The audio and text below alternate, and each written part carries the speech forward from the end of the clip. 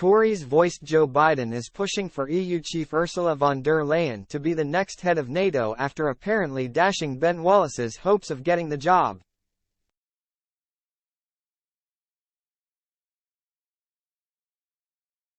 The US president is said to be backing the European Commission president to take the helm at the military alliance next year.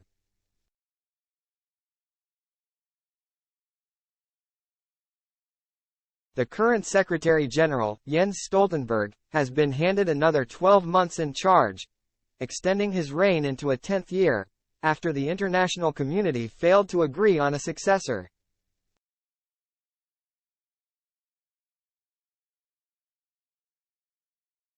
But the delay is believed to be partly because Mr. Biden wants Mrs. von der Leyen for the post, and her term at the EU ends next year.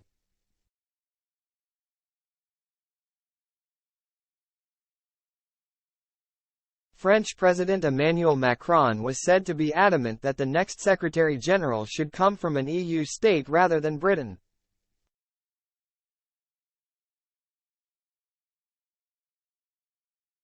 Defense Secretary Mr. Wallace made a strong pitch in the wake of his pivotal role in the response to the Ukraine war.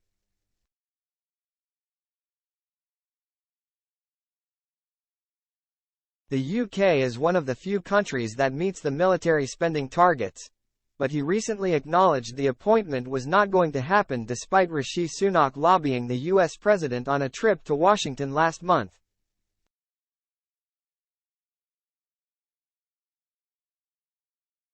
There were claims Mr. Biden didn't want to support the UK.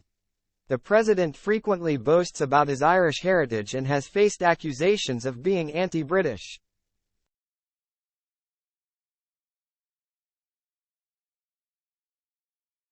On a recent visit to the island of Ireland, he spent a few hours in Northern Ireland before touring the Republic for days and snubbed displaying a Union Jack on his beast limo.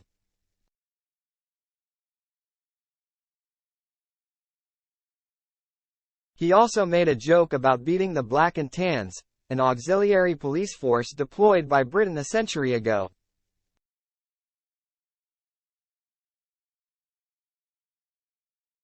A NATO source told The Telegraph that Mr. Biden was attempting to convince Mrs. von der Leyen, a former German defense minister, to succeed Mr. Stoltenberg.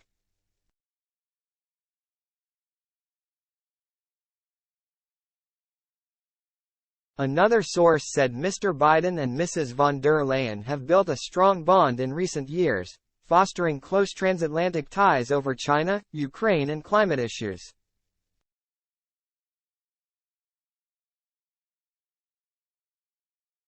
Mrs. von der Leyen visited the White House in March when the US and the EU announced the beginning of negotiations for a critical minerals agreement.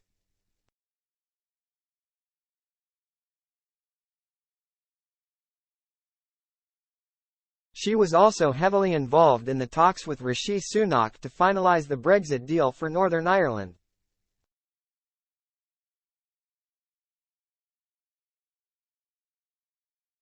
There was also pressure for the candidate to be a former leader, rather than a lower-ranking minister.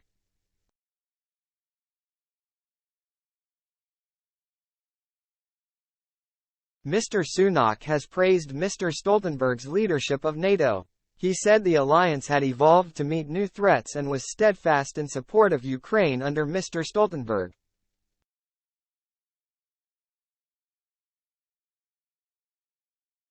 Mr. Stoltenberg, a former Norwegian Prime Minister who has been NATO's top civilian official since 2014, said he was honored by the decision to extend his term and in a more dangerous world, our alliance is more important than ever.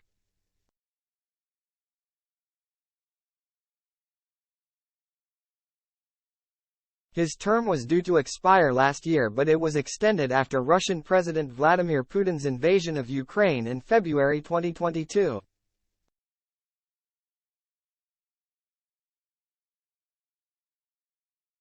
NATO's leaders will meet in Lithuania next week, where a decision on a successor is due to be made.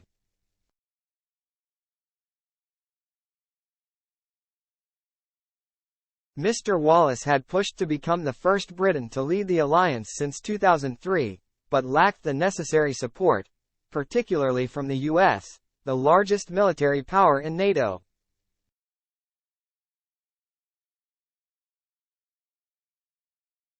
At the regular cabinet meeting on Tuesday, Mr. Sunak said Mr. Wallace had been an outstanding candidate for the role.